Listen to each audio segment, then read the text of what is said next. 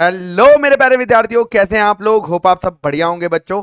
मैं भी एकदम बढ़िया हूं। आज बच्चों हम द्रोणाचार्य सीरीज में आपके लिए एक और प्यारा सा चैप्टर लेके आए हैं, एक और इंपॉर्टेंट सा चैप्टर लेकर आए हैं। Acceptance of deposit by companies. बहुत ही बहुत ही सिंपल चैप्टर है बच्चों, बहुत ही सिंपल चैप्टर है। तो चलो बच्चों स्टार्ट करते हैं। Again this is a revision session. ये सेशन जो है आपको लास्ट डे एग्जाम से एक दिन पहले पूरा सिलेबस आपको, चाहे कंपनीज एक्ट हो चाहे अदर लॉज हो, बहुत ही कम समय में सारे इंपॉर्टेंट और की पॉइंट्स को रिवाइज करने में हेल्प करेगा। आपको बस अपने सामने क्या करना है, आईसीआई का मटेरियल रखना है, दैट्स इट, और टिक्स मारते चले जाना है।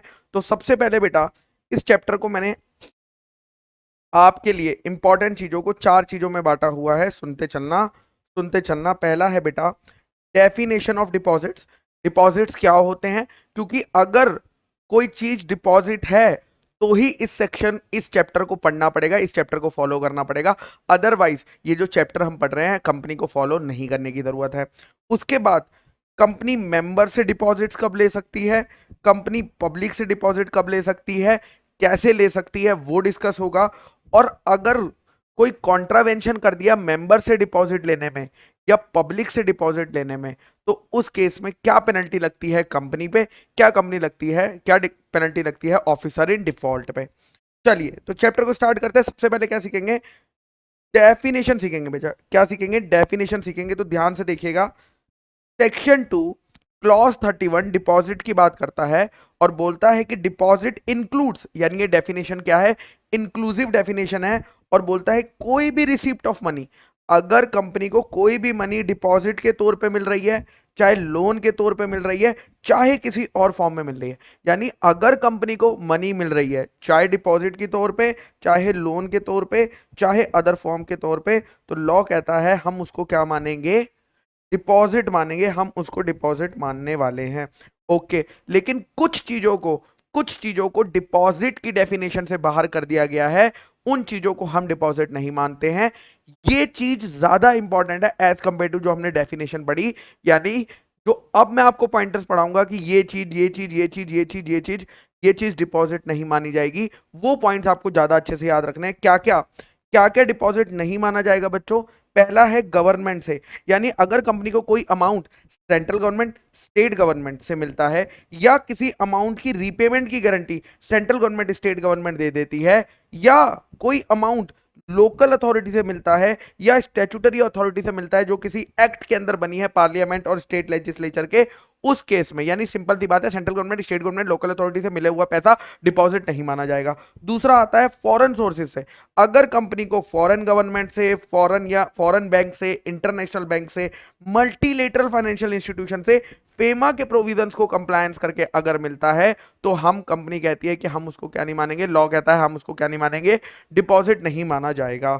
उसके बाद बैंक से, यानी अगर कंपनी को कोई लोन या कोई फैसिलिटी बैंकिंग कंपनी से मिलती है, स्टेट बैंक ऑफ इंडिया से मिलती है, या स्टेट बैंक की सब्सिडरी से मिलती है, ठीक है, या नोटिफाइड बैंकिंग इंस्टीट्यूशन से मिलते हैं, या एनी कोऑपरेटिव बैंक से मिलते हैं, वो भी डिपॉजिट नहीं माना जाएगा। यानी बैंक से मिले हुए लोन्स को, सिंपल था है, बैंक से मिले गए लोन, वो किसी भी टाइप का लोन होता है, उसको डिपॉजिट में नहीं काउंट किया जाता है।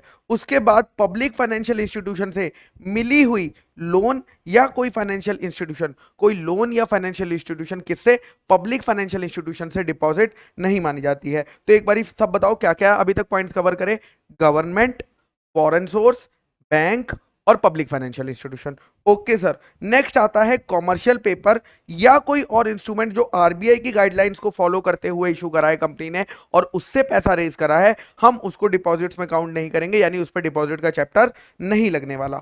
उसके बाद आता है इंटर कंपनी, यानी अगर एक कंपनी दूसरी कंपनी को कोई अमाउंट भेजती है, यानी एक कंपनी अगर दूसरी कंपनी से कोई अमाउंट रिसीव करती है, तो उसको डिपॉजिट में काउंट नहीं करा जाता है। नेक्स्ट आता है एप्लीकेशन मनी। एप्लीकेशन मनी के केस में क्या होता है, अगर कंपनी सिक्योरिटीज इशू कर रही थी और बदले में, और उसके लिए उसे क्या आई, एप्लीकेशन मनी आई, तो लॉजिकली लॉ क्या कहता है, 60 दिन के अंदर क्या कर दो, अलॉटमेंट कर दो। अगर 60 दिन के अंदर अलॉटमेंट नहीं करे तो 15 दिन के अंदर क्या कर देना, रिटर्न कर देना। बट अगर आप 15 दिन में भी रिटर्न नहीं कर पाए, यानी 60 दिन में या तो अलॉटमेंट कर देना था या 15 दिन में रिफंड कर देना था, बट अगर आप 15 दिन में रिफंड नहीं कर पाए, तो फिर तो फिर उस अमाउंट को, उस एप्लीकेशन मनी अमाउंट को क्या मान लिया जाएगा, इस चैप्टर में डिपॉजिट ट्रीट कर लिया जाएगा और सारे डिपॉजिट के कंप्लायंस उस पर लग जाएंगे। Is it clear? Yes sir. उसके बाद एक बड़ा इंपॉर्टेंट क्लैरिफिकेशन आया है कि भैया क्या क्लैरिफिकेशन है, सुनो।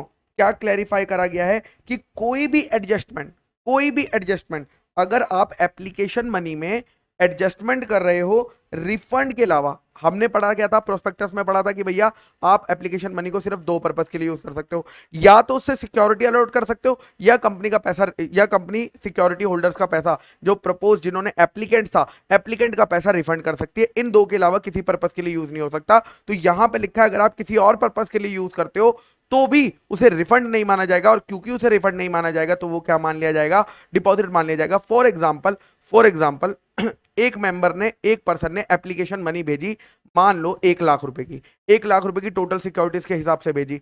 अब उसे ना तो सिक्योरिटी दी, अब उसको क्या कर देना चाहिए था, रिफंड कर देना चाहिए था। बट कंपनी ने कहा लीगली मुझे तुझसे कोई पैसा रिकवर करना था, मैं उसको सेट ऑफ कर ले रही हूं, मैं उस पैसे को एडजस्ट कर ले रही हूं तेरे 1 लाख रुपए में से। तो लॉ कहता है अगर आप इस तरह की कोई भी एडजस्टमेंट करोगे ना रिफंड के अलावा, तो मैं मान लूंगा कि ये डिपॉजिट स्ट्रीट हो जाएगा। Okay sir. नेक्स्ट पॉइंट आता है इंपॉर्टेंट पॉइंट, अब जाके कोई इंपॉर्टेंट पॉइंट आया। डायरेक्टर से अगर कंपनी, अगर एक पब्लिक कंपनी या प्राइवेट कंपनी डायरेक्टर से पैसा ले रही है, डायरेक्टर से अमाउंट ले रही है, तो लॉ कहता है हम उसे डिपॉजिट नहीं मानेंगे। लेकिन प्राइवेट कंपनी के केस में डायरेक्टर तो कवर है ही है, साथ में रिलेटिव, डायरेक्टर का रिलेटिव भी कवर है, डायरेक्टर का रिलेटिव भी कवर है। तो पब्लिक कंपनी सिर्फ डायरेक्टर से पैसा ले सकती है, उसे हम डिपॉजिट नहीं मानेंगे। But private company director plus relative से पैसा ले सकती है। ओके, लेकिन जब भी आप डायरेक्टर से या डायरेक्टर के रिलेटिव से पैसा लेंगे ना, तो एक चीज मत भूलना, उससे डिक्लेरेशन लेना। क्या डिक्लेरेशन लेना है उससे, कि उसने ये जो पैसा कंपनी के पास डिपॉजिट कराया है ना, ये पैसा उसने किसी और से बोरो या लोन लेके या किसी और से डिपॉजिट लेकर आपके पास जमा नहीं कराया है। अच्छा, क्या गिफ्ट अलाउड हो सकता है क्या, इस पे क्वेश्चन आया था, क्या गिफ्ट लेके डायरेक्टर दे सकता है? यस, लेकिन वो किसी और से बोरो, लोन और डिपॉजिट लेके कंपनी को जमा नहीं करा सकता, ये उसे डिक्लेरेशन देनी है। And company shawl disclose the details of money so accepted in the boards report. और ये बात जितना भी उसने डायरेक्टर से लिया हुआ है पैसा या डायरेक्टर के रिलेटिव से लिया हुआ है, ये बात उसे बोर्ड रिपोर्ट में भी मेंशन करनी है। उसके बाद आता है बॉन्ड्स और डिबेंचर्स। जब कंपनी कोई बॉन्ड्स और डिबेंचर इशू करती है तो वो डिपॉजिट माने जाएंगे या नहीं माने जाएंगे? ठीक है।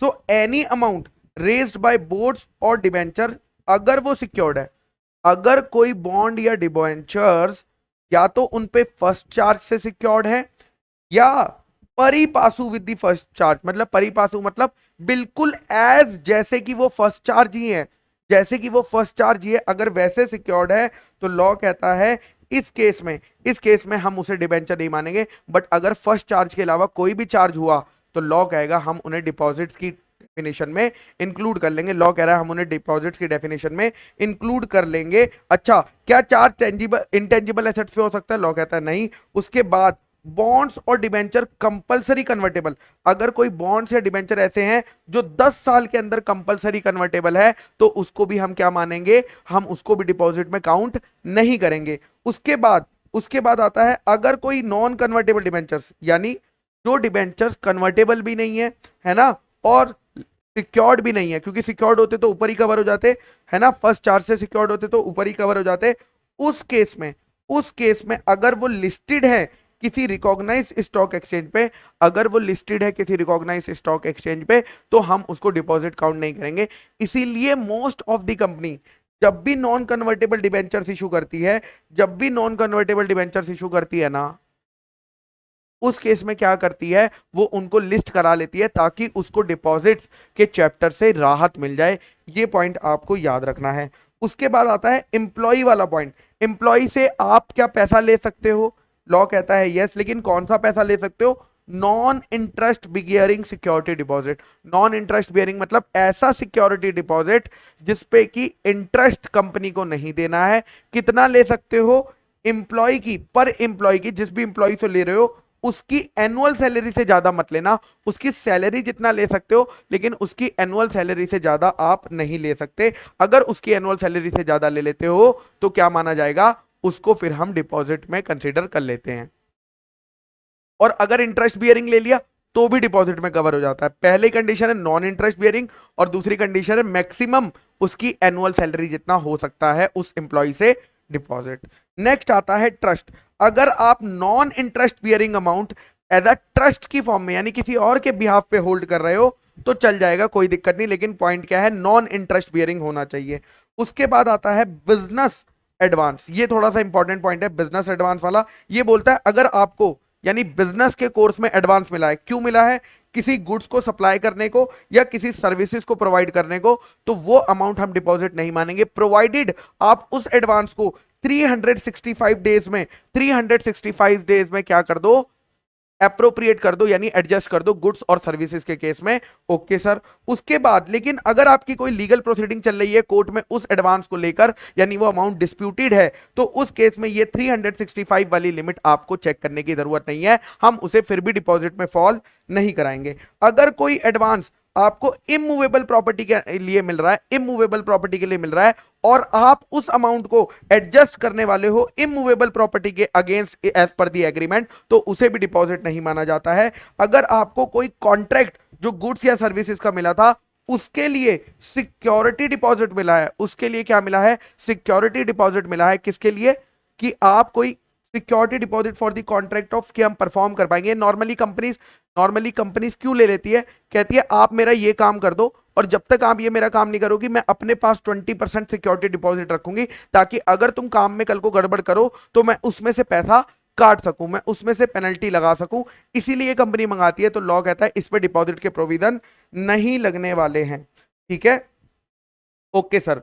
उसके बाद अगर आपको कोई भी पैसा लॉन्ग टर्म प्रोजेक्ट के लिए मिला है, लॉन्ग टर्म प्रोजेक्ट किस चीज का है, किसी सप्लाई को लेकर, वो भी कैपिटल गुड्स की, उस केस में भी डिपॉजिट नहीं माना जाता है। Okay sir. अगर आपको कोई एडवांस मिला है फ्यूचर सर्विसेज प्रोवाइड करने का, फ्यूचर सर्विसेज मतलब जैसे कि आपने कोई वारंटी का कॉन्ट्रैक्ट करा है या मेंटेनेंस कॉन्ट्रैक्ट करा है यानी एनुअल मेंटेनेंस कॉन्ट्रैक्ट वगैरह जो होते हैं, लेकिन वो कितने पीरियड के लिए कर सकते हो, या तो जो उस बिजनेस में नॉर्मली पीरियड लिया जाता है वो, या 5 साल, विच एवर इज लेस, दोनों में से जो कम होगा उस पीरियड का आप वारंटी और मेंटेनेंस चार्जेस के कॉन्ट्रैक्ट का एडवांस लेकर रख सकते हो। अच्छा, कोई भी एडवांस जो कि आपके सेक्टोरल रेगुलेटर ने अलाउ करा हुआ है वो भी आप एक्सेप्ट कर सकते हो, उसको भी हम डिपॉजिट्स में कवर नहीं करेंगे। या अगर कोई advance for subscription towards publication आया है तो उसको भी कर सकते हो। उसके बाद एक इंपॉर्टेंट पॉइंट क्लैरिफाई करा कि ऊपर वाले जितने भी अमाउंट जिस दिन वो एक्चुअली ड्यू हो जाएंगे पेमेंट के लिए, तो आपको उन्हें 15 दिन में रिफंड कर देना है। अगर आप उन्हें 15 दिन में रिफंड नहीं कर पाते हैं तो वो क्या नहीं माने जाएंगे, तो वो 15 दिन में रिफंड नहीं कर पाते हैं तो वो डिपॉजिट मान लिए जाते हैं। यानी ऊपर वाले अमाउंट्स नॉर्मली डिपॉजिट नहीं माने जाते, लेकिन जिस दिन उनकी ड्यू डेट आ गई यानी रिफंड करने का टाइम आ गया और आपको रिफंड करना है, तो लॉ कहता है 15 दिन के अंदर क्या कर देना, रिफंड कर देना। 15 दिन के अंदर रिफंड कर देना, 15 दिन का और टाइम है। लेकिन अगर आप 15 दिन में भी रिफंड करने को फेल हो गए तो हम उनको क्या मान लेंगे, डिपॉजिट मान लेंगे, और डिपॉजिट्स के सारे प्रोविजन आपको लग जाएंगे। उसके बाद आता है प्रमोटर और रिलेटिव से पैसा लेना। प्रमोटर और रिलेटिव से पैसा क्यों लेना, अगर आप किसी बैंक या कंपनी, बैंक या लैंडिंग फाइनेंशियल इंस्टीट्यूशन से पैसा लेने गई और उन्होंने ये कंडीशन लगा दी कि हम कंपनी को लोन तब देंगे जब प्रमोटर इस कंपनी को लोन देगा, इस कंपनी को पैसा देगा, उस केस में प्रमोटर या उसका रिलेटिव या दोनों मिलकर पैसा दे सकते हैं to satisfy the condition of financial institution और दी बैंक। ठीक है, लेकिन ये कब तक डिपॉजिट नहीं माना जाएगा, सिर्फ तब तक डिपॉजिट नहीं माना जाएगा जब तक कि वो लोन चल रहा है। जिस दिन वो लोन रिपे हो गया उसी दिन आपको प्रमोटर और रिलेटिव का भी पैसा रिटर्न कर देना है, अदरवाइज उन्हें क्या मान लिया जाएगा, डिपॉजिट मान लिया जाएगा। अदरवाइज उन्हें क्या मान लिया जाएगा, डिपॉजिट मान लिया जाएगा। निधि कंपनी जो पैसा लेती है, नॉट डिपॉजिट। चिट फंड से आया हुआ पैसा, चिट फंड एक्ट वाला, not deposit. Collective investment scheme SEBI के अंदर डिपॉजिट नहीं माना जाएगा। स्टार्टअप कंपनी वाला अगेन एक छोटा सा इंपॉर्टेंट पॉइंट आ गया। स्टार्टअप कंपनी के केस में अगर आप 25 लाख या 25 लाख से ज्यादा, स्टार्टअप कंपनी के केस में अगर आप 25 लाख या 25 लाख से ज्यादा के लिए क्या देते हो, कन्वर्टेबल नोट देते हो। कन्वर्टेबल नोट का मतलब है कि वो नोट जो कि या तो इक्विटी शेयर में कन्वर्ट हो जाएगा या वो रिपे हो जाएगा। कितने सालों में, इशू से 10 सालों के अंदर। तो लॉ कहता है क्या, इसको हम मान लेंगे नॉट अ डिपॉजिट। अच्छा, स्टार्टअप कंपनी में कौन सी कंपनी आएगी, प्राइवेट कंपनी आएगी, जिसको कि department for promotion of industry and internal trade ने क्या किया हुआ है, रिकॉग्नाइज किया हुआ है नोटिफिकेशन के हिसाब से। ओके सर, उसके बाद REIT AIF, यानी अगर आप अमाउंट जो रिसीव कर रही है, amount received by a company, अगर कंपनी को अमाउंट इन लोगों से आता है, किससे, अल्टरनेटिव इन्वेस्टमेंट फंड से आता है, डोमेस्टिक वेंचर कैपिटल फंड से आता है, इंफ्रास्ट्रक्चर इन्वेस्टमेंट ट्रस्ट से आता है, रियल इस्टेट इन्वेस्टमेंट ट्रस्ट से आता है, म्यूचुअल फंड से आता है, यानी अगर कंपनी को इन लोगों से कोई पैसा मिलता है तो हम उसको डिपॉजिट नहीं मानने वाले हैं। एक बारी से फटाफट सारे पॉइंट दोबारा देख लो, क्या क्या डिपॉजिट नहीं माने जाते हैं, फटाफट मेरे साथ। गवर्नमेंट से मिला हुआ पैसा छोड़ दो, फॉरेन सोर्स से आया हुआ पैसा छोड़ दो, बैंक से मिला हुआ पैसा छोड़ दो, पब्लिक फाइनेंशियल इंस्टीट्यूशन से मिला हुआ पैसा छोड़ दो, कॉमर्शियल पेपर और अदर इंस्ट्रूमेंट जो आरबीआई ने दिए छोड़ दो, इंटर कॉर्पोरेट कंपनी के लोन्स छोड़ दो, एप्लीकेशन मनी 60 दिन 15 दिन के बाद डिपॉजिट, है ना, 15 दिन के बाद क्या मान ली जाएगी, डिपॉजिट मान ली जाएगी। But otherwise normally application money deposit नहीं मानी जाती है। डायरेक्टर से मिला हुआ पैसा, किससे, प्राइवेट हो चाहे पब्लिक हो, डायरेक्टर से मिला हुआ पैसा हम क्या नहीं मानेंगे, डिपॉजिट नहीं मानेंगे। लेकिन अगर आपको पैसा रिलेटिव से मिला है तो सिर्फ किसके रिलेटिव से, डायरेक्टर के, तो प्राइवेट कंपनी के केस में वहां पे एग्जम्पशन दी हुई है। अच्छा, उसको एक डिक्लेरेशन भी देनी है। क्या डिक्लेरेशन देनी है भैया, क्या डिक्लेरेशन देनी है कि मैंने ये पैसा किसी और से बोरो लोन एडवांस लेकर आपको नहीं दिया है। बोरो लोन एडवांस गिफ्ट अलाउड है कि, यस गिफ्ट अलाउड है। बॉन्ड्स और डिबेंचर के केस में अगर मैं बात करता हूं, बॉन्ड्स और डिबेंचर के केस में अगर मैं बेटा बात करता हूं तो क्या बोलता है, बॉन्ड्स के केस में अगर सिक्योर्ड है फर्स्ट चार्ज से या परी Pasu with first charge, not a deposit. अगर आपके डिबेंचर्स कंपलसरी ऑप्शनल नहीं, कंपलसरी कन्वर्टेबल है, वो भी कितने सालों में, 10 सालों में, नहीं मानना। उसके बाद अगर आपके डिबेंचर्स नॉन कन्वर्टेबल है बट लिस्टेड है, नॉन कन्वर्टेबल है बट लिस्टेड है, उस केस में भी हम नहीं मानेंगे। ओके सर, एम्प्लॉय के केस में in non interest bearing security deposit ले सकते हो, एनुअल सैलरी वाला, ये पॉइंट बस आपको याद रखना है। ट्रस्ट के केस में भी नॉन इंटरेस्ट बियरिंग वाला आएगा। बिजनेस एडवांस में 365 वाला दिन याद रखना है। उसके बाद Nidhi company, chit fund, collective investment scheme, startup company 25 lakh और मोर, 25 लाख और मोर, कन्वर्टेबल नोट 10 साल वाला कन्वर्जन ऑप्शन, REIT AIF। बस इतने पॉइंट्स आपको याद रखने हैं। इंपॉर्टेंट वाले मैंने यहाँ पे स्टार मार्क दिए थे, वो आप देख लेना। ओके सर, यहां पे तो खत्म हो गया कि क्या डिपॉजिट्स होता है और क्या डिपॉजिट्स नहीं होता है। इस पे MCQ भी आ सकता है और इस पे केस स्टडी बन के भी आ सकती है, जो हमने अभी पढ़ा है। अब क्वेश्चन आता है कि डिपॉजिट किस किस से ले सकते हैं और डिपॉजिट कौन कौन ले सकता है। तो मेरे साथ फटाफट देखो, डिपॉजिट दो लोगों से लिए जा सकते हैं, या तो मेंबर से या पब्लिक से, या तो मेंबर से या पब्लिक से। मेंबर से कौन डिपॉजिट ले सकता है, पब्लिक कंपनी ले सकती है, प्राइवेट कंपनी ले सकती है, पब्लिक कंपनी भी ले सकती है, प्राइवेट कंपनी भी ले सकती है मेंबर से डिपॉजिट। लेकिन जो पब्लिक कंपनी है ना, जो पब्लिक से अगर आप डिपॉजिट लेना चाहते हो तो प्राइवेट कंपनी नहीं ले सकती। पब्लिक कंपनी के दो पार्ट्स हो जाते हैं, एलिजिबल कंपनी और non eligible company. Non eligible company नहीं ले सकती, लेकिन एलिजिबल कंपनी ले सकती है। अब एलिजिबल कंपनी क्या होती है, ये हम आगे जब हम डिपॉजिट फ्रॉम पब्लिक का टॉपिक पढ़ेंगे वहां पर समझ लेंगे। अभी हम कौन सा पढ़ने जा रहे हैं, डिपॉजिट फ्रॉम मेंबर, और फिर हम उसके बाद पढ़ेंगे डिपॉजिट फ्रॉम पब्लिक।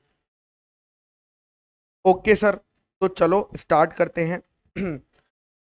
आ जाओ, देखो, provision regarding acceptance of deposit from members, यानी मेंबर से लेने के क्या क्या चीजें फॉलो करनी होती है।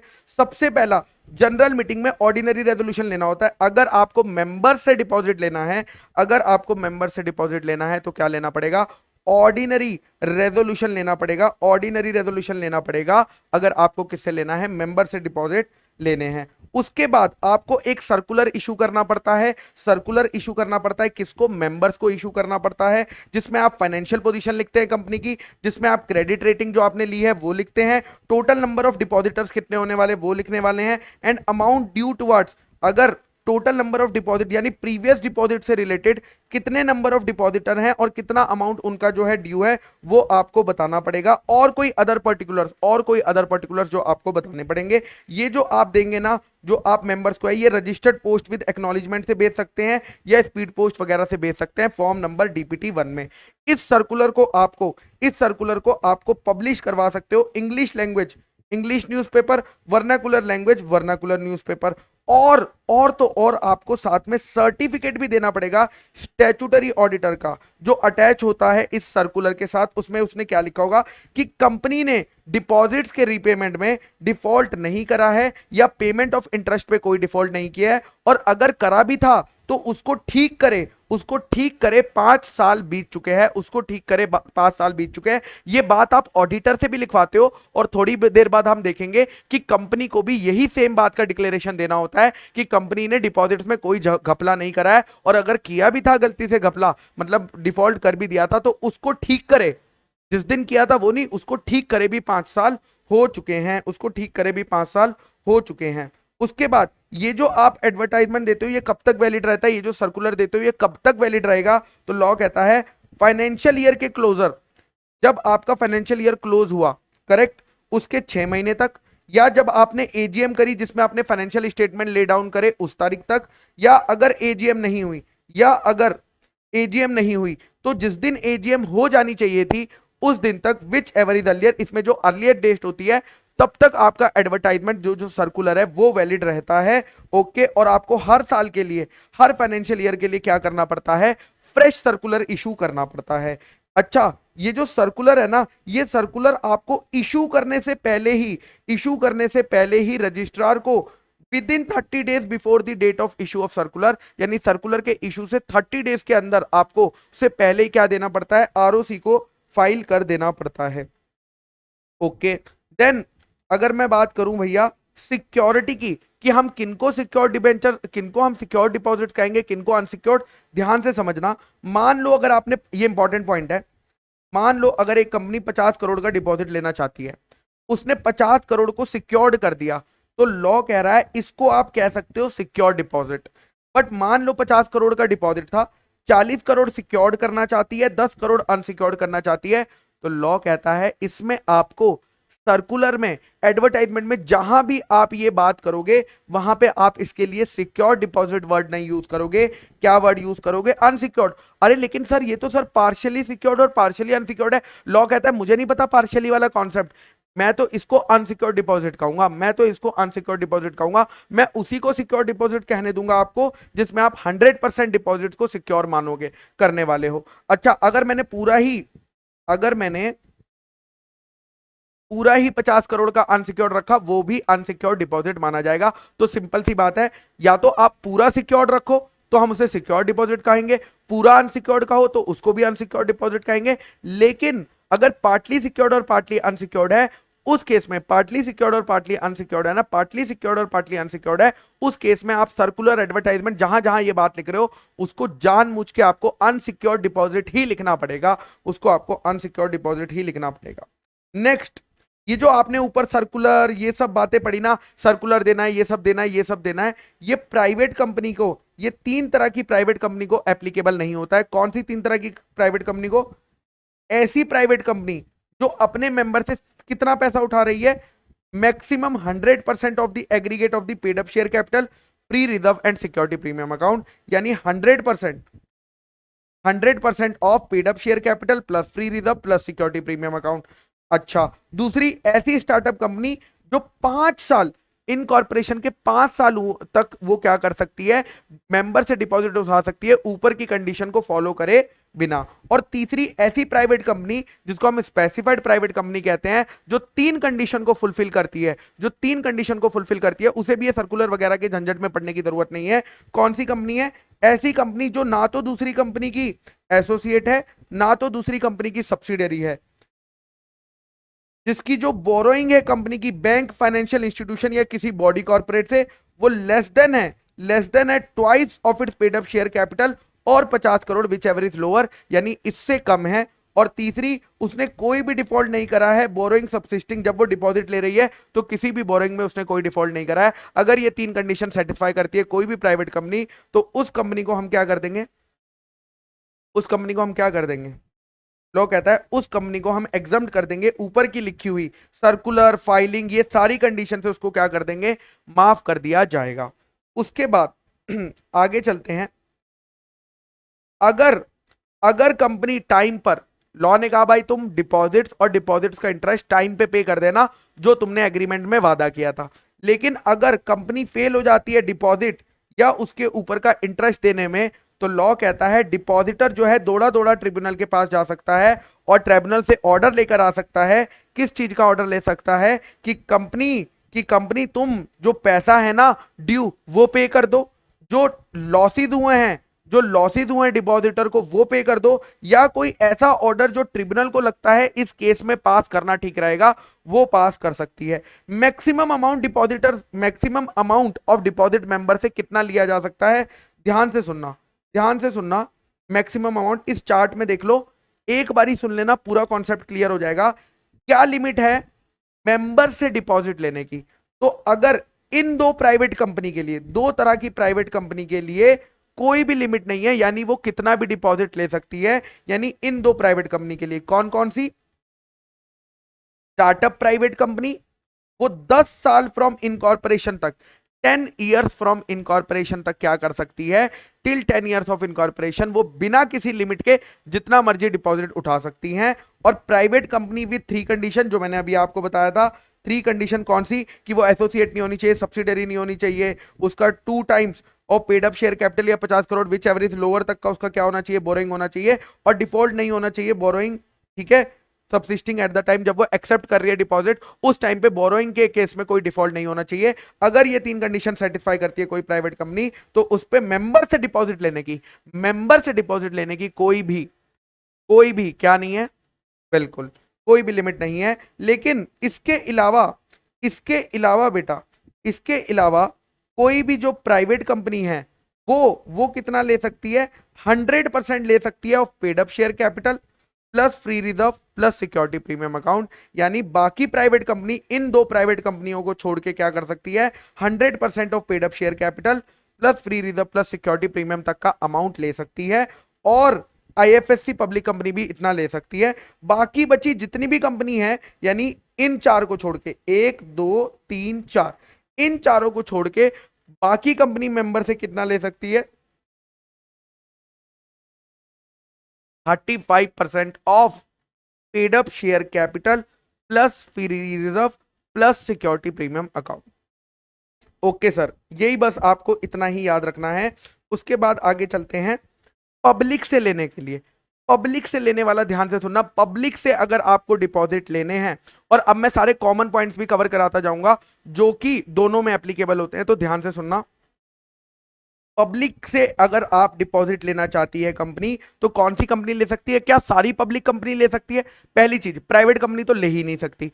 दूसरी चीज, क्या सारी पब्लिक कंपनी ले सकती है, नहीं नहीं, सिर्फ और सिर्फ एलिजिबल कंपनीज पब्लिक से उठा सकती हैं, बाकी कोई भी नॉन इल एलिजिबल पब्लिक कंपनी नहीं उठा सकती, और प्राइवेट तो उठा ही नहीं सकती, है ना। तो एलिजिबल कंपनी कौन होती है ये जानना बहुत जरूरी है। तो लॉ कहता है एलिजिबल कंपनी वो होती है जिसका net worth not less than 100 crore, यानी कम से कम 100 करोड़ होना चाहिए, उससे ज्यादा होना चाहिए, या उसका टर्नओवर 500 करोड़ या उससे ज्यादा होना चाहिए। दोनों में से कोई भी चलेगा, या तो नेटवर्थ वाला क्राइटेरिया पूरा कर लो या टर्नओवर वाला क्राइटेरिया पूरा कर लो। लेकिन पब्लिक से डिपॉजिट लेने से पहले अगर आप इनमें से क्राइटेरिया फॉलो करते हो ना, तो पहले आपको क्या लेना पड़ेगा, प्रायर कंसेंट लेनी पड़ेगी जनरल मीटिंग में, जनरल मीटिंग में शेयर होल्डर्स की। कैसे, स्पेशल रेजोल्यूशन पास करा के।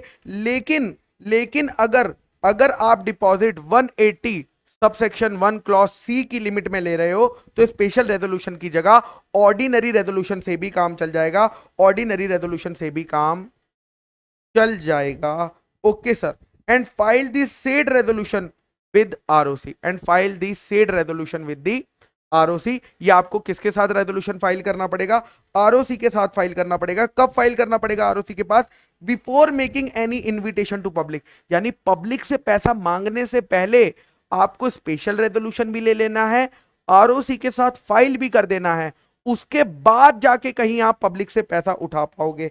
अच्छा, उसके साथ साथ क्या आपको क्रेडिट रेटिंग भी लेनी पड़ेगी? यस, जी हाँ, एलिजिबल कंपनी को क्रेडिट रेटिंग भी लेनी पड़ेगी।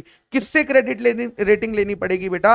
रिकॉग्नाइज्ड क्रेडिट रेटिंग एजेंसी से, किसी से भी नहीं ले सकते। रिकॉग्नाइज्ड क्रेडिट रेटिंग एजेंसी से एलिजिबल कंपनी को क्रेडिट रेटिंग लेनी पड़ेगी, और ये इंफॉर्म करनी पड़ेगी पब्लिक को at the time of invitation of deposit, यानी जब हम डिपॉजिट मांगने जाएंगे ना उस टाइम पे ये क्रेडिट रेटिंग हमें पब्लिक को बतानी पड़ेगी। यानी क्रेडिट रेटिंग भी क्या करनी पड़ती है?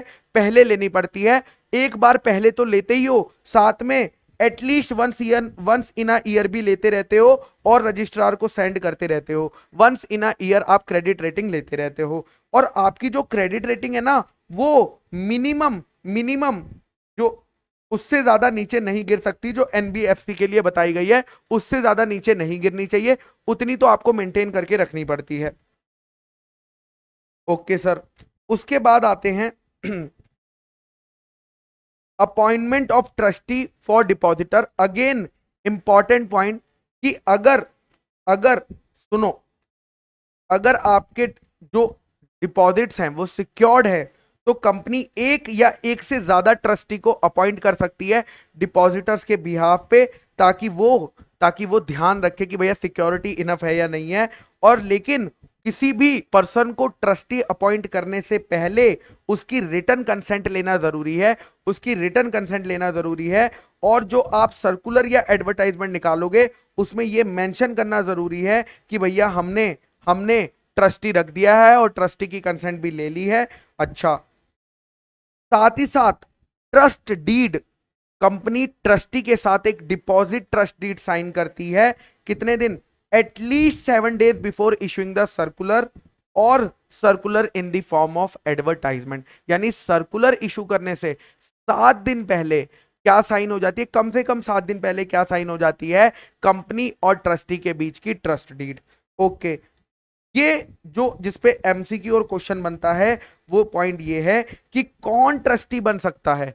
तो कोई भी पर्सन इंक्लूडिंग अ कंपनी अगर ट्रस्टी बनना चाहता है तो वो इन कैटेगरी में फॉल नहीं करना चाहिए, तभी वो बन सकता है। कौन सी कैटेगरी? या तो वो कंपनी का डायरेक्टर नहीं होना चाहिए, वो कंपनी का केएमपी नहीं होना चाहिए, वो कंपनी का ऑफिसर नहीं होना चाहिए, वो कंपनी का एम्प्लॉय नहीं होना चाहिए, और तो और उसकी होल्डिंग, उसकी सब्सिडियरी, उसकी एसोसिएट का भी ये सब रिश्ता नहीं होना चाहिए, और कंपनी में डिपॉजिटर भी नहीं होना चाहिए। इतना ही नहीं, ऊपर लिखे हुए सारे पर्सन का रिलेटेड से भी उनका भी रिलेटेड नहीं होना चाहिए। तो लॉ कहता है आप अगर ये सारी बातें होंगी तो आप क्या नहीं बन पाओगे? ट्रस्टी नहीं बन पाओगे। उसके बाद वो कंपनी को या कंपनी की सब्सिडियरी को या उसकी होल्डिंग को या उसकी एसोसिएट को या उसकी होल्डिंग की किसी सब्सिडियरी को या उसकी होल्डिंग की किसी सब्सिडियरी को इनडेटेड नहीं होना चाहिए। उसके बाद उसका मटेरियल पेक्यूनरी रिलेशन कंपनी के साथ नहीं होना चाहिए। गारंटी अरेंजमेंट कोई भी उसने नहीं दी होनी चाहिए। ये सारी पॉइंट्स अगर आप कवर नहीं हो रहे हो ऊपर वाले किसी भी पॉइंट में, तब जाकर आप एलिजिबल होगे किसके लिए? ट्रस्टी बनने के लिए। तब जाकर आप एलिजिबल होगे ट्रस्टी बनने के लिए। क्या ट्रस्टी को उसका पीरियड एक्सपायर होने से पहले निकाला जा सकता है? लॉ कहता है सिर्फ एक केस में निकाला जा सकता है, अगर बोर्ड मीटिंग में प्रेजेंट सारे डायरेक्टर्स, अगर बोर्ड मीटिंग में बैठे सारे डायरेक्टर्स कंसेंट दे दे। किस बात की कंसेंट दे दे? कि हम इस ट्रस्टी को निकाल रहे हैं, तब उस ट्रस्टी को निकाला जा सकता है। लेकिन ध्यान रखना, अगर उस कंपनी को इंडिपेंडेंट डायरेक्टर रखना मैंडेटरी है तो कम से कम उस मीटिंग में एक इंडिपेंडेंट डायरेक्टर जरूर प्रेजेंट होना चाहिए, एक इंडिपेंडेंट डायरेक्टर जरूर प्रेजेंट होना चाहिए। Okay sir, then next question आता है कि पब्लिक के केस में मैक्सिमम अमाउंट ऑफ डिपॉजिट कितना ले सकते हैं। तो अगेन ये वाला चार्ट देख लो, इसमें आपको क्लियर हो जाएगा मैक्सिमम अमाउंट ऑफ डिपॉजिट कितना ले सकते हैं। देखो, अगर आप एलिजिबल कंपनी हो तो एलिजिबल कंपनी कितना ले सकती है? Eligible company other than government company member से 10% ले सकती है, paid up share capital plus free reserve plus security premium account. But persons other than member, यानी मेंबर को छोड़ के कितना ले सकती है? 25% of paid up share capital plus free reserve plus security premium account. Eligible government company के case में बोलते हैं 35% आप ले सकते हो, paid up share capital plus free reserve plus security premium account. Okay, तो बस ये लिमिट आपको याद रखनी है, ऊपर वाली मैंने पहले ही सिखा दी थी, अब ये वाली लिमिट भी आपने देख ली है। ओके सर, नेक्स्ट क्वेश्चन आता है, नेक्स्ट पॉइंट आता है सर्कुलर से रिलेटेड। ध्यान से समझना, जब आप मेंबर से पैसा लेते हो तब भी आप सर्कुलर इशू करते हो, जब आप पब्लिक से पैसा लेते हो तब भी आप सर्कुलर इशू करते हो। छोटा सा फर्क है, मेंबर से पैसा लेते हो तो सर्कुलर मेंबर्स को देते हो, लेकिन जब पब्लिक से पैसा लेते हो तो circular in the form of advertisement, in the form of advertisement issue होता है। इतना सा फर्क है दोनों में। उसके बाद देखो, ये भी सेम फॉर्म में होता है, इंग्लिश न्यूज़पेपर में जाता है, वर्नाकुलर न्यूज़पेपर में जाता है, ये भी रजिस्ट्रार के साथ फाइल होता है एटलीस्ट 30 डेज बिफोर, जो कि ड्यूली साइंड होता है मेजॉरिटी ऑफ डायरेक्टर्स, जो कि ड्यूली साइंड किससे होता है? मेजॉरिटी ऑफ द डायरेक्टर से साइन होता है, और डिलीवर होता है आरओसी को फॉर रजिस्ट्रेशन। इसकी वैलिडिटी भी सेम होती है जो मैंने आपको ऊपर बताई थी। फ्रेश एडवर्टाइजमेंट लगेगा आपको हर साल के लिए, और यहां पे बस इफेक्टिव डेट याद कर लो, ये इस पे एमसीक्यू आ सकता है। देखो, अगर एडवर्टाइजमेंट वाला केस है, अब दोनों अलग अलग हैं, एक सर्कुलर वाला केस हो सकता है और एक हो सकता है एडवर्टाइजमेंट। एडवर्टाइजमेंट कौन से केस में होगी? पब्लिक वाले केस में। और सर्कुलर कौन से केस में होगा? मेंबर वाले केस में। तो कह रहा है अगर आपने एडवर्टाइजमेंट इशू करा है तो हम उसकी डेट कौन सी दिन मानेंगे? Date on which advertisement appeared in the newspaper, यानी जिस दिन के न्यूज़पेपर में वो एडवर्टाइजमेंट छपा उस दिन से वो डेट स्टार्ट होती है। लेकिन सर्कुलर के केस में जिस दिन कंपनी ने डिस्पैच करा, जिस दिन कंपनी ने डिस्पैच करा उस दिन होती है। ओके सर, नेक्स्ट पॉइंट आता है, क्योंकि आपने डिपॉजिट लिए हैं इसलिए आपको DRR, deposit repayment reserve account बनाना पड़ता है, जिसमें आप कितना पैसा लेते हो? ध्यान से सुन लेना, ध्यान से सुन लेना, थोड़ा सा कंफ्यूजिंग पॉइंट है, थोड़ा सा कंफ्यूजिंग पॉइंट है, लेकिन आप याद कर लोगे, मुझे पता है, मुझे भरोसा है। सुनो, लॉ कहता है 30 अप्रैल को, 30 अप्रैल को देखो, ऑन और बिफोर 30 अप्रैल, 30 अप्रैल तक, यानी आपको 30 अप्रैल तक क्या करना है? नेक्स्ट ईयर में जितना डिपॉजिट रिपे होने वाला है, नेक्स्ट ईयर में जितना डिपॉजिट रिपे होने वाला है उसका मिनिमम 20% आपको डीआरआर अकाउंट में डाल देना है। मिनिमम 20% आपको डीआरआर अकाउंट में डाल देना है, लेकिन उसका बैलेंस किसी भी पॉइंट ऑफ टाइम में, उसका बैलेंस किसी भी पॉइंट ऑफ टाइम में किससे कम नहीं होना चाहिए? किससे कम नहीं होना चाहिए? करंट ईयर के, करंट ईयर के रिपेमेंट के 20% से, करंट ईयर के रिपेमेंट के 20% से कम नहीं होना चाहिए। ये बात, यानी डालते कितना है? डालते कितना है? अगले साल जो रिपे होने वाला है उसका 20% मिनिमम डालना होता है, लेकिन मेंटेन कितना रखना होता है? करंट फाइनेंशियल ईयर में जितना रिपे होने वाला है उसका 20% हम करके रखते हैं। ओके सर, ये पैसा आपने डीआरआर में तो डाल दिया, साथ ही साथ ये पैसा आपको शेड्यूल्ड बैंक के एक सेपरेट बैंक अकाउंट में जमा करके रखना पड़ता है, शेड्यूल्ड बैंक के सेपरेट बैंक अकाउंट में जमा करके रखना पड़ता है।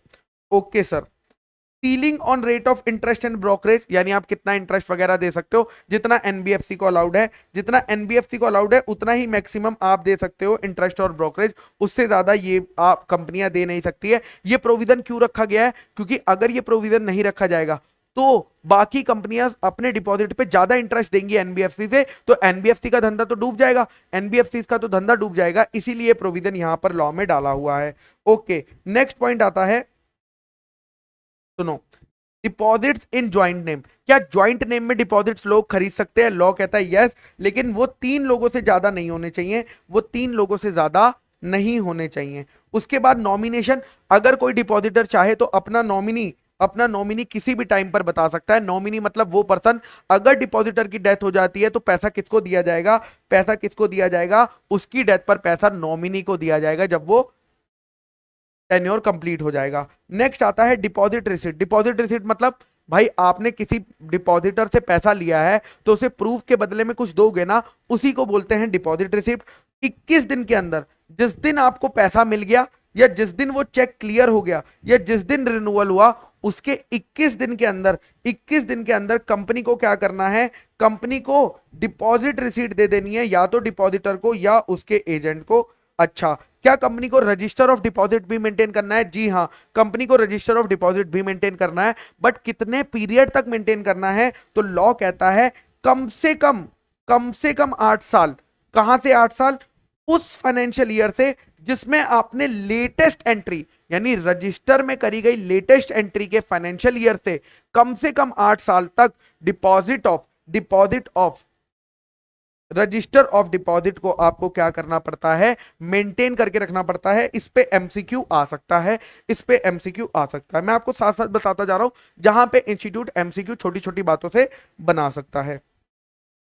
उसके बाद pre mature repayment of deposits, again एक इंपॉर्टेंट पॉइंट है, ध्यान से समझ लो। इस पॉइंट को मैं अलग से समझा देता हूं। देखो, सुनो, फील करना। मान लो कंपनी ने डिपॉजिट निकाला था, कह रही थी अगर आप 1 साल का डिपॉजिट कराओगे तो 10%, अगर आप 2 साल का कराओगे तो 11% मिलेगा, और 3 साल का होगा तो 12%। ठीक है, एक पर्सन ने डिपॉजिट कितने साल के लिए कराया है? 3 साल के लिए कराया है, तो वो कितने परसेंट के लिए एलिजिबल है? वो 12% के लिए एलिजिबल है। वो कितने परसेंट के लिए एलिजिबल है? 12%, क्योंकि उसने 3 साल के लिए कराया। अब मान लो वो 2 साल में ही आ गया कंपनी के पास रिक्वेस्ट करने, कह रहा है कंपनी मुझे पैसों की जरूरत है, प्लीज मेरा पैसा रिटर्न कर दो, मैं प्री मैच्योरली इसको क्या करना चाहता हूं, डिपॉजिट को क्लोज करना चाहता हूं। तो लॉ कहता है अगर वो ईयर 2 में क्लोज कर दे रहा है, मान लो वो यहां आकर, यहां पर ऑप्शन 1 का है, यहां पर अगर वो क्लोज कर दे रहा है तो क्या करना? तो पहले आप देखो कि अगर उसने 2 साल के लिए पैसा दिया होता, 2 साल के लिए पैसा दिया होता, तो आप उसे कितना इंटरेस्ट देते? 11% इंटरेस्ट देते। अगर वो पैसा 3 साल की जगह 2 साल के लिए देता, कितना देते? 11% देते। उसमें से 1% माइनस कर दो एज पेनल्टी, क्योंकि वो आपसे क्या कर रहा है, प्री मेच्योरली लेके भाग रहा है। तो आप उसको कितना परसेंट दोगे?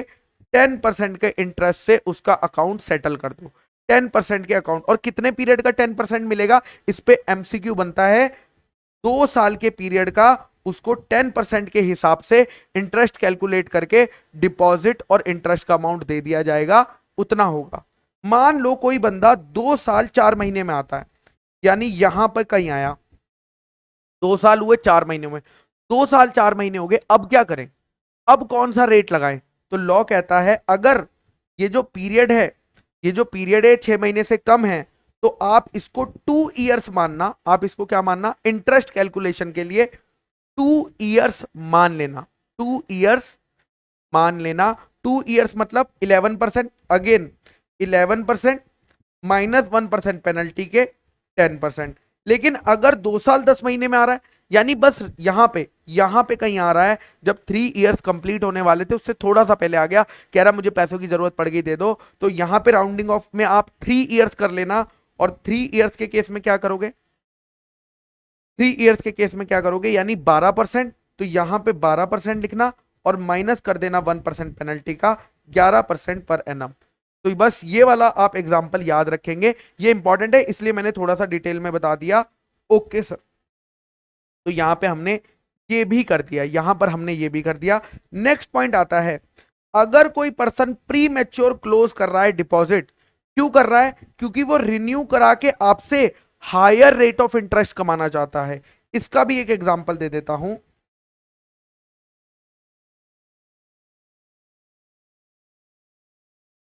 मान लो एक पर्सन ने 2 साल के लिए आपको डिपॉजिट दिया था, 2 साल के लिए डिपॉजिट दिया था, और आपने उसे 10% का रेट ऑफर करा 2 साल के लिए। 2 साल के लिए कितना करा? 10% का। अब कंपनी यहां पर दोबारा डिपॉजिट का ऑप्शन लाई, मान लो 2 साल का, लेकिन इस बार रेट ऑफ इंटरेस्ट लेकर आई 12% पर एनम।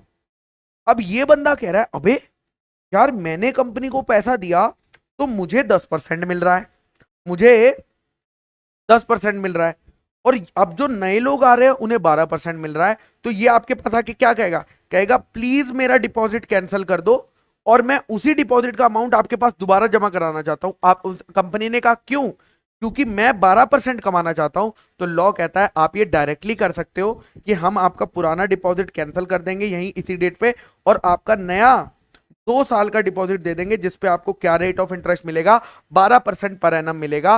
तो ये बेनिफिट हो जाएगा। इससे क्या हो रहा है, क्योंकि वो पैसा कहीं लेकर नहीं जा रहा, बस वो पैसा सिर्फ रेट ऑफ इंटरेस्ट बढ़ाने के लिए कैंसिल करा के दोबारा करवाना चाहता है। तो कंपनी कहती है आप डायरेक्टली उसका कर देना, कोई दिक्कत की बात नहीं है। लेकिन एक चीज इंश्योर करना कि ये जो बढ़ा रहा है ना, ये जो इसने नया डिपॉजिट करवाने की बात करी है, पुराना पीरियड कहां खत्म हो रहा था, यहां पर। इससे ज्यादा पीरियड का ही, यानी अनएक्सपायर्ड पीरियड, ये अनएक्सपायर्ड पीरियड है, इससे ज्यादा पीरियड के लिए ही वो डिपॉजिट कराएगा, तब उसको ये बेनिफिट मिलेगा। अगर वो कहता सिर्फ 1 साल के लिए कर दो आगे के, तो नहीं, 1 साल के लिए नहीं, अनएक्सपायर्ड पीरियड से ज्यादा पीरियड के लिए उसको करवाना पड़ेगा। यही बात यहां पर लिखी हुई है। ठीक है, ओके सर, ओके सर, समझ गए सर। यानी एक्चुअल मैच्योरिटी डेट से पहले, एक्चुअल मैच्योरिटी डेट से पहले अगर वो हायर रेट ऑफ इंटरेस्ट कमाने के लिए अनएक्सपायर्ड पीरियड से ज्यादा अपना रिन्यू करा देना चाहता है, तो लॉ कहता है चल जाएगा। और रजिस्ट्रार के साथ आपको क्या फाइल करना पड़ता है, रिटर्न ऑफ डिपॉजिट फाइल करना पड़ता है, वो भी ऑडिटेड वाला, वो भी ऑडिटेड वाला। कब तक फाइल करना पड़ता है, फाइनेंशियल ईयर का कब तक, 31 मार्च ऑफ एवरी ईयर तक का कब तक फाइल करना पड़ता है, 30 June of that year, 30 June of that year. यानी मान लो ये 31 मार्च यहां खत्म हो रही है, तो उसकी 30 जून तक DPT3 ड्यूली ऑडिटेड रिटर्न आपका चला जाना चाहिए, और उसमें ये डिक्लेरेशन भी होनी चाहिए ऑडिटर की कि हाँ हमने इसे ऑडिट किया है, हमने इसे ऑडिट किया है। Okay sir. Then panel rate of interest है भैया, कि अगर कंपनी पैसा देने में, चाहे सिक्योर्ड या अनसिक्योर्ड का पैसा देने पे, मैच्योरिटी पे पैसा नहीं दे पाती है, जब वो क्लेम करते हैं, तो पैनल रेट ऑफ इंटरेस्ट लगेगा 18% per annum for the overdue period. यानी जितने पीरियड तक कंपनी उसे ओवरड्यू रखेगी, उतने पीरियड तक उसे कितना देना पड़ेगा, 18% पर एनम, 18% पर एनम देना पड़ेगा। ठीक है। अच्छा, क्या कंपनी एक बार डिपॉजिट ले लेने के बाद क्या चीजों को, टर्म्स एंड कंडीशन को अल्टर कर सकती है? लॉ कहता है अगर आप ऐसा कर रहे हो जो कि डेट्रीमेंटल है डिपॉजिटर्स के लिए, तो आप वैसा अल्टरेशन नहीं कर सकती हो, आप वैसा अल्टरेशन नहीं कर सकती हो। उसके बाद आता है बेटा पनिशमेंट ऑफ कॉन्ट्रावेंशन। अगेन एक इंपॉर्टेंट पेनल्टी है। क्या बोलता है कि अगर कंपनी कंप्लायंस नहीं कर पाती है सेक्शन 73 76 का, उस केस में क्या पेनल्टी लगेगी? कह रहे देखो, सबसे पहली बात, अगर फ्रॉड का केस है, अगर फ्रॉड का केस है तो सेक्शन 447 तो लगेगा ही ऑफिसर इन डिफॉल्ट पे। ये तो आप सब जानते ही है कि जहां पे फ्रॉड आ गया वहां हम नॉर्मली सेक्शन 447 लगा देते हैं ऑफिसर इन डिफॉल्ट के ऊपर। लेकिन उसके अलावा कंपनी के ऊपर क्या पनिशमेंट है? कंपनी के ऊपर मिनिमम 1 करोड़ रुपए या 2 times of amount of deposit which ever is lower, ये मिनिमम पेनल्टी लग सकती है। और मैक्सिमम कितनी लग सकती है? 10 करोड़ रुपए की पेनल्टी लग सकती है। उसके साथ ऑफिसर इन डिफॉल्ट के ऊपर shawl be punishable with imprisonment, maximum 7 साल तक की उसे जेल हो सकती है, मैक्सिमम 7 साल की उसे क्या हो सकती है? जेल हो सकती है। Okay sir. एंड फाइन भी लग सकता है कम से कम मिनिमम 25 लाख रुपए का, मिनिमम 25 लाख रुपए का, और विच में extend to 2 crore rupees, which में extend to 2 crore rupees. Is it clear? Yes और नो? ये सेक्शन 74 आप इसे एक बारी क्या कर लेना, रीड कर लेना 74 को। बाकी मैंने सारे इंपॉर्टेंट पॉइंट्स जो मुझे लगते थे कि आपके लिए रेलेवेंट है और जरूरी है, वो सारे मैंने यहाँ पे क्या कर दिए हैं, कवर कर दिए हैं। ओके सर, एक और इंपॉर्टेंट पॉइंट बस आपको बता देता हूं, क्योंकि वो पहले दिया हुआ था बट आपको अब कवर करा देता हूं। सुनो, लॉ क्या कहता है? सिर्फ एलिजिबल कंपनीज क्या कर सकती हैं, एलिजिबल कंपनी क्या कर सकती हैं? पब्लिक से ले सकती है डिपॉजिट का चैप्टर फॉलो करके। लेकिन लॉ कहता है इनको ये सब करने की जरूरत नहीं है। कौन सी कंपनीज को? बैंकिंग कंपनी को ये फॉलो करने की जरूरत नहीं है डिपॉजिट, क्योंकि उनका तो काम ही डिपॉजिट लेना है। एनबीएफसी को भी ये करने की जरूरत नहीं, क्योंकि उनका काम ही फाइनेंसिंग का है। और हाउसिंग फाइनेंस कंपनी भी अगर कोई पैसा लेती है, उन्हें भी डिपॉजिट के चक्कर में पड़ने की जरूरत नहीं है। और कोई ऐसी कंपनी जो सेंट्रल गवर्नमेंट ने आरबीआई की कंसल्टेशन के साथ करी है, उनको भी ये सब पब्लिक से पैसा लेने के लिए डिपॉजिट के कंप्लायंस की जरूरत नहीं पड़ती है। Banking company, NBFC company, housing finance company, या कोई ऐसी कंपनी जो सेंट्रल गवर्नमेंट ने आरबीआई की कंसल्टेशन से बताई है। Is it clear? यस और नो, जल्दी बताओ, यस और नो, इज इट क्लियर और not? Yes sir, is this clear? Yes yes sir, this is totally clear. तो चलो फिर हम लोग मिलेंगे नेक्स्ट सेशन में। Okay sir, thank you sir.